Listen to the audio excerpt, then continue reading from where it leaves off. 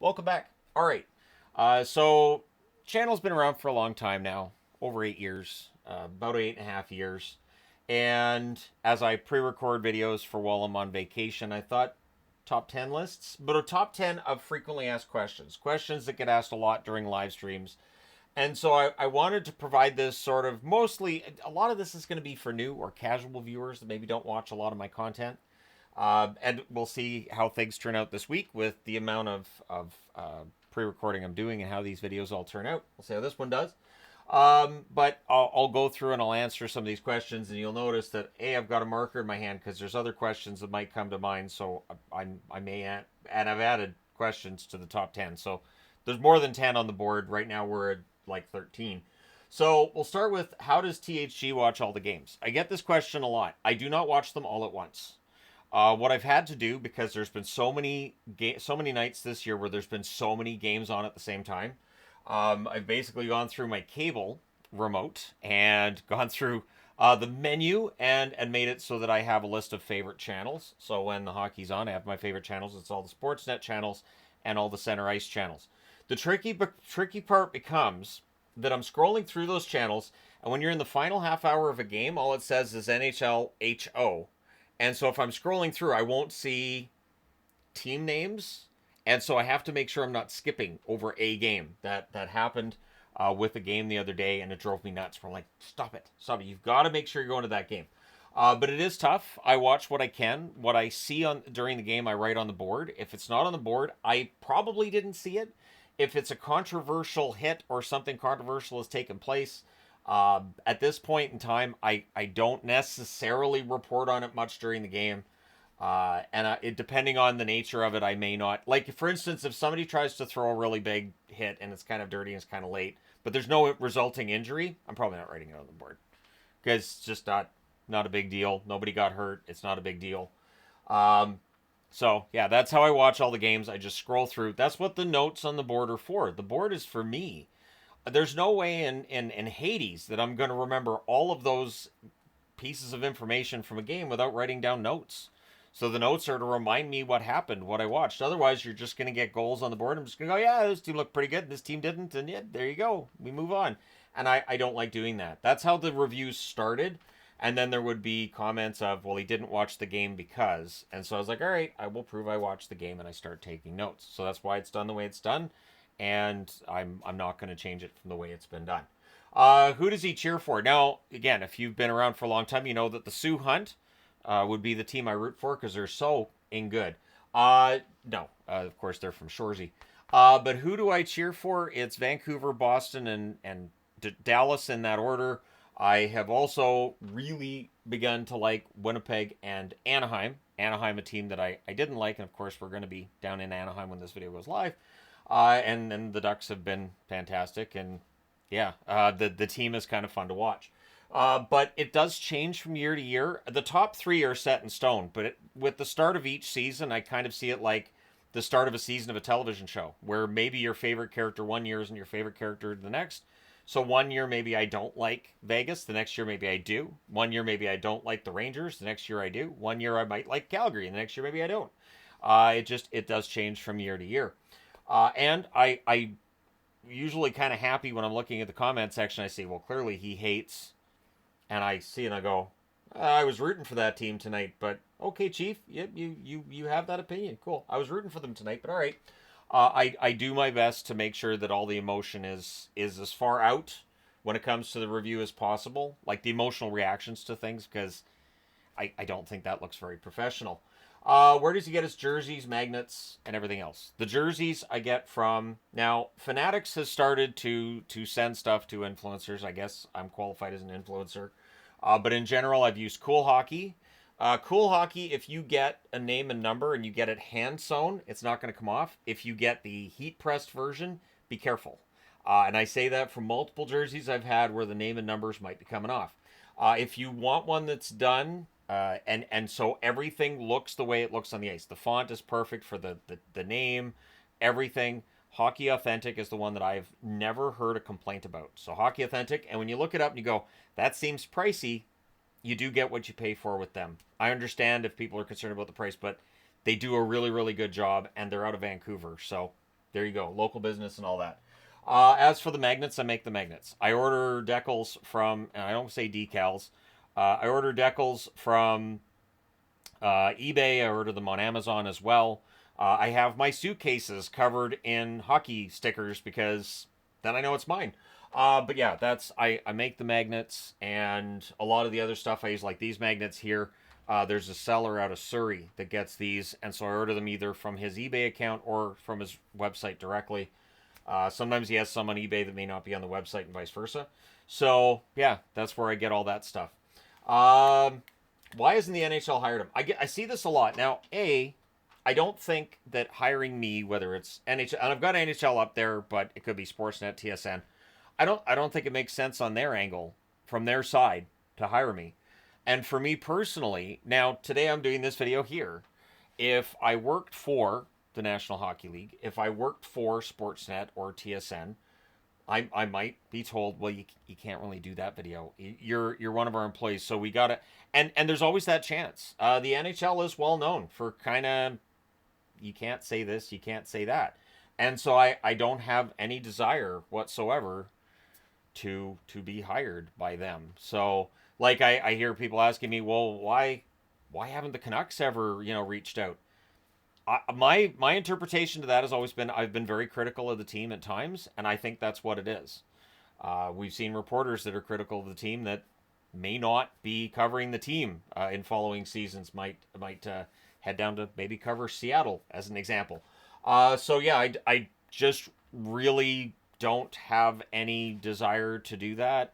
I've made appearances on various podcasts. There was the Canucks podcast I did a couple months back. That was fun. I enjoyed that.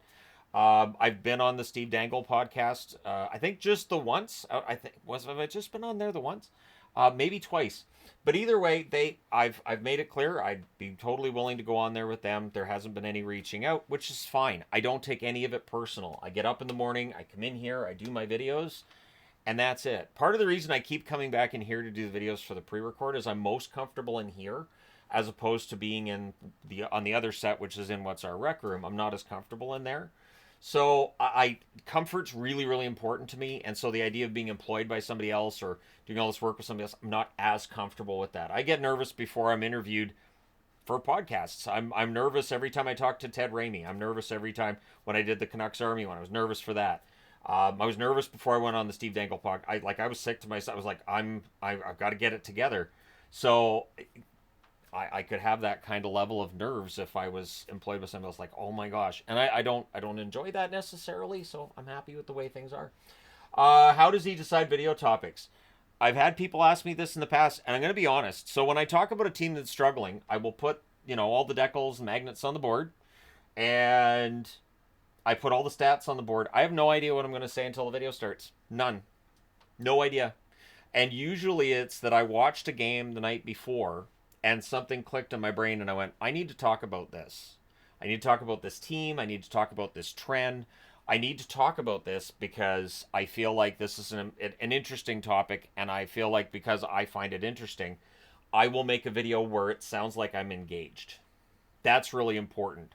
When I'm making as much content as I am, and obviously I'm pre-recording this week, so it's a lot more than I normally do, they have to be videos that I want to make. Because when I'm making videos I don't necessarily want to make, it shows, people can see it, and I can tell that they can see it because the videos don't do very well. So that's important. I pick video topics I'm interested in. I don't necessarily care about view counts when I'm going to do videos. That's why I stay away from Toronto videos generally. Although Toronto videos now don't draw as well on this channel as they did before. And I think it's because when I do a video on Toronto, people are like, we already know about Toronto. Other people talk. Right. So it doesn't really work for me to do videos on them anyways. But yeah, that's where the topics come from. And sometimes it's from the comment section. Career videos, very often it's comment section ask for it. So you guys are getting the Carey Price career video because people kept asking me. I'm like, you know what? Carey Price is probably retired. But and I'm saying probably because you just never know until it actually. And I know he's moved on and everything. Great, but it's Carey Price. You just never know. But yeah, it's really important for me to pick topics that I have some kind of emotional attachment to, or else people just aren't going to care. This is one that I'm sure people are going to ask this week, because they always ask. why does he always go to Disneyland or Las Vegas? And the reality is that if we're going to travel with our kids, we want to make sure it's an affordable trip. We want to make sure it's one that they want to go on. We have not taken them to Las Vegas. The reason we don't take our kids to Las Vegas is we don't know that there's enough to do for them for, say, a 5-day trip. If we went there, I don't know that there's enough for little kids for that, or for our teenagers either. So there's that. And it is more, they're trying to make it as family friendly as they can in Las Vegas now, but it's still, a lot of it's not as family friendly. But Disneyland, what kids don't want to go to Disneyland? I never went to Disneyland until 2020. January 2020 was the first time in my life I'd been there, and almost 50 years of age. So I love being there. We're already talking about what food we're going to eat. We're already talking about what rides we're going to go on first. And it's just a chance for me to just relax and check out. Which, if we took a vacation more local, I don't know that I would. Like if we went to, say, Whistler, I don't know that I would feel that way, right? So, and if we went to our kids and said, look, if we wanted to do the trip inside Canada, would you rather go to Toronto in February? They'd be like, no, we want to go to Disneyland. So, yeah, it just doesn't work. So it's a cheap trip going to Disneyland or going to Las Vegas. Everything's subsidized going into Las Vegas because they want you to come in and gamble. So the flights are cheap coming in. And everything, the hotels are relatively cheap for what you're getting because you're in Las Vegas. So yeah, it's a nice, cheaper trip. In fact, the hotels in Las Vegas are, in many cases, a lot cheaper than it would be staying in Vancouver. And I remember there was one time we went to Seattle and we were in a hotel that was just overlooking a parking lot, and it was more expensive than staying at the Aria had been. And I was like, I think I prefer the view from the Aria, looking down the strip and all the lights in there. You got the Bellagio fountains, and then there's a parking lot, and like just empty areas in Seattle. And I was like, well, at least we spent the money. How many jerseys does THG have? I don't know. Being honest, I don't know. So each of these sections holds about 50 jerseys.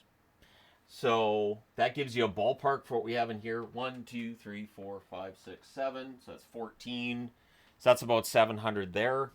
I've got 2 racks there, and I've got a rack in the other room, and I've got a rack in what we call the salon room as well. So, and they're not all mine. Yvonne has some as well, but her collection's a little bit smaller than mine, just a little bit. So I have, basically it's enough that when people ask, do you have this jersey? My answer is yes. One example would be that when I did the Minnesota jerseys, when I did the A through M, which did not perform very well, that's why I didn't finish the long videos looking at my collection. When I saw the view counts and realized how much time I'd put into it, it just didn't the math wasn't mathing.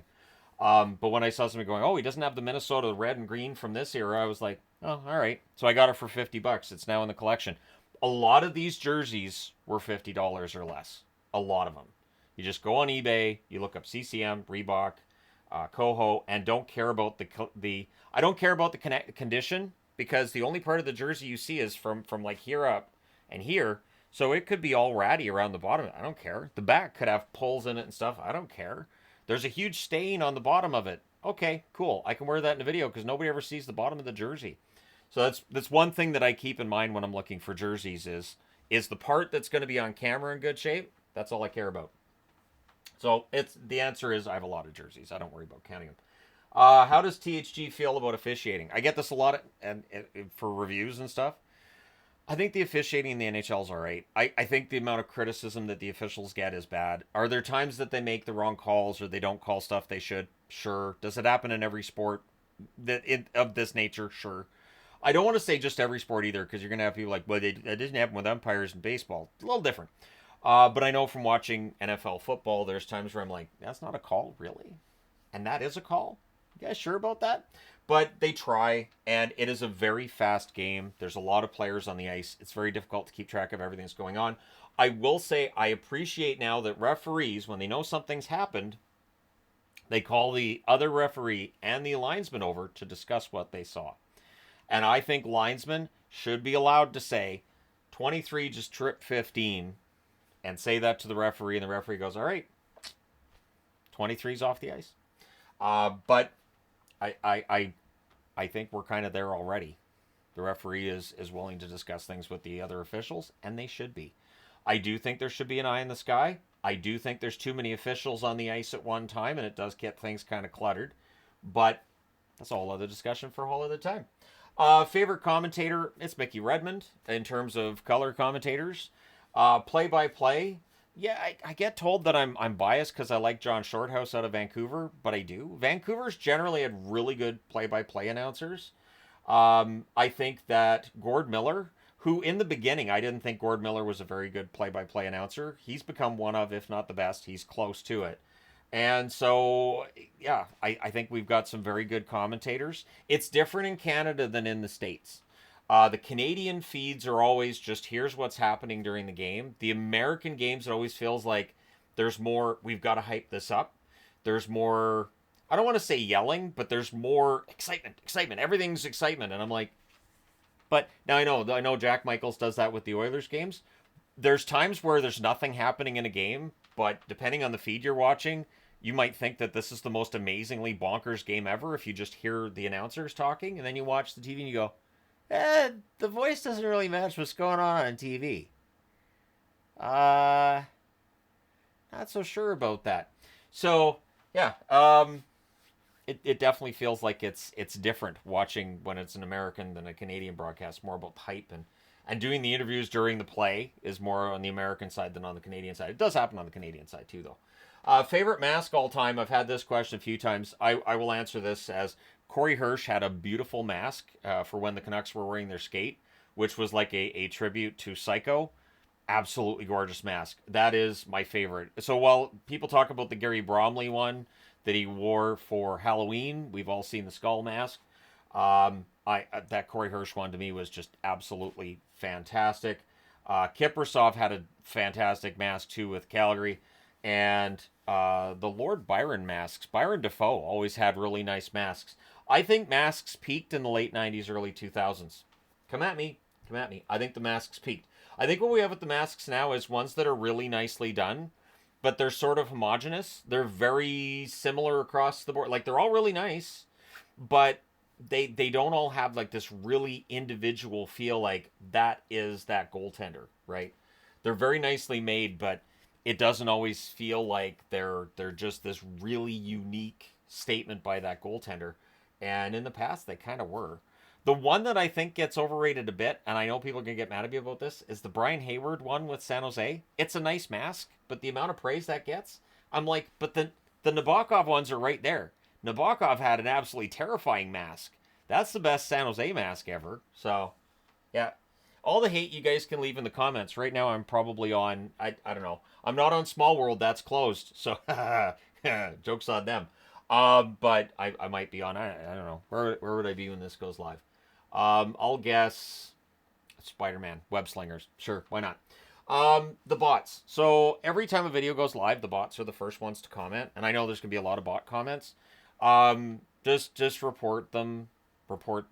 Moderators go through and remove them, and then I delete and block the users. So it's not a big deal. It's a YouTube thing. I took it as kind of a compliment when they started showing up. I was like, wow, my channel's big enough. The bots are here now. They're on other big channels I follow as well.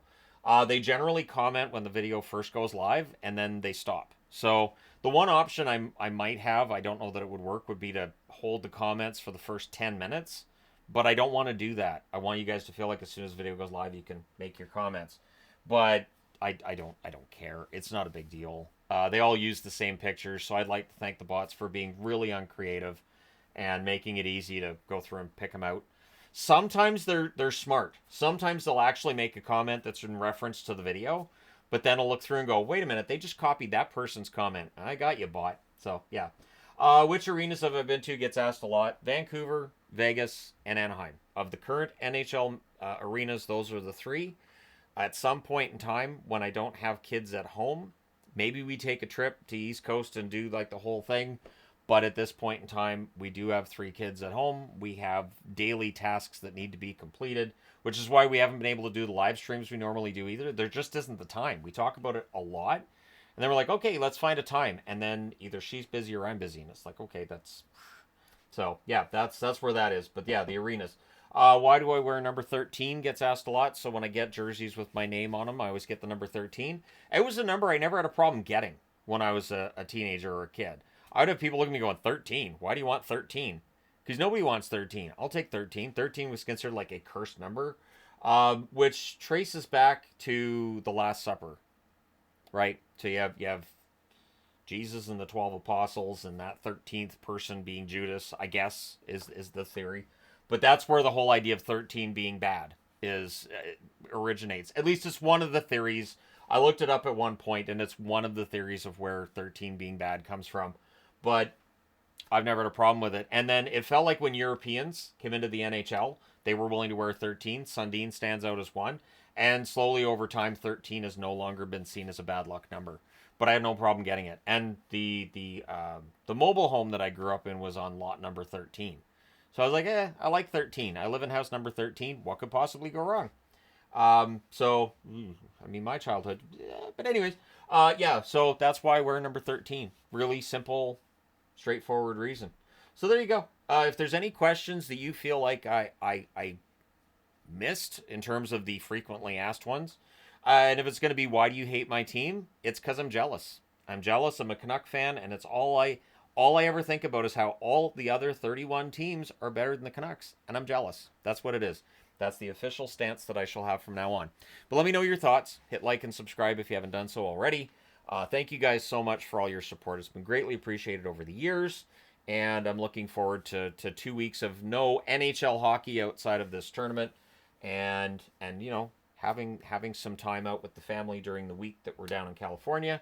And then having some time to hang out with the family after as well, because there won't be NHL games on most nights. So until that following Saturday where it gets really busy for the stretch run. But the one thing I wanted to put on here and I forgot, so I'm going to put it on here. And I'll have to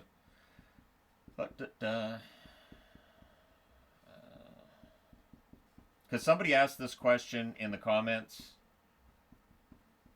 about not a week ago, a few days ago. By the time you're watching this, it'll be over a week ago. Does THG get sick of hockey? Yeah. There was a night last week where there was a lot of games on. And I went to Yvonne and said, do you want to watch hockey tonight? She's like, what? And I was like, I'll go cook dinner. Do you want to watch hockey? There's a bunch of games tonight. I really don't want to do it. I'm kind of done. I watched a bunch of games the other night, and it just kind of all kind of blurs together. Can you do it? And she laughed. And I was kidding, of course. But yeah, I do. Which is why I like to take breaks. When the NHL takes its break during the season, I like to just get out of here. Because otherwise, I would be in here every day doing videos like this every day, and it wouldn't feel as much like a break. So that's important, and since I make videos 7 days a week, 52 weeks a year, I figure it's okay if I take the occasional trip. Because yes, I do get sick of hockey, which is part of the reason why there's the second channel, The Entertainment Guy, where I talk about wrestling, music, movies, TV, that kind of stuff. So thank you guys so much for all your support. As I said, I will talk to you again soon.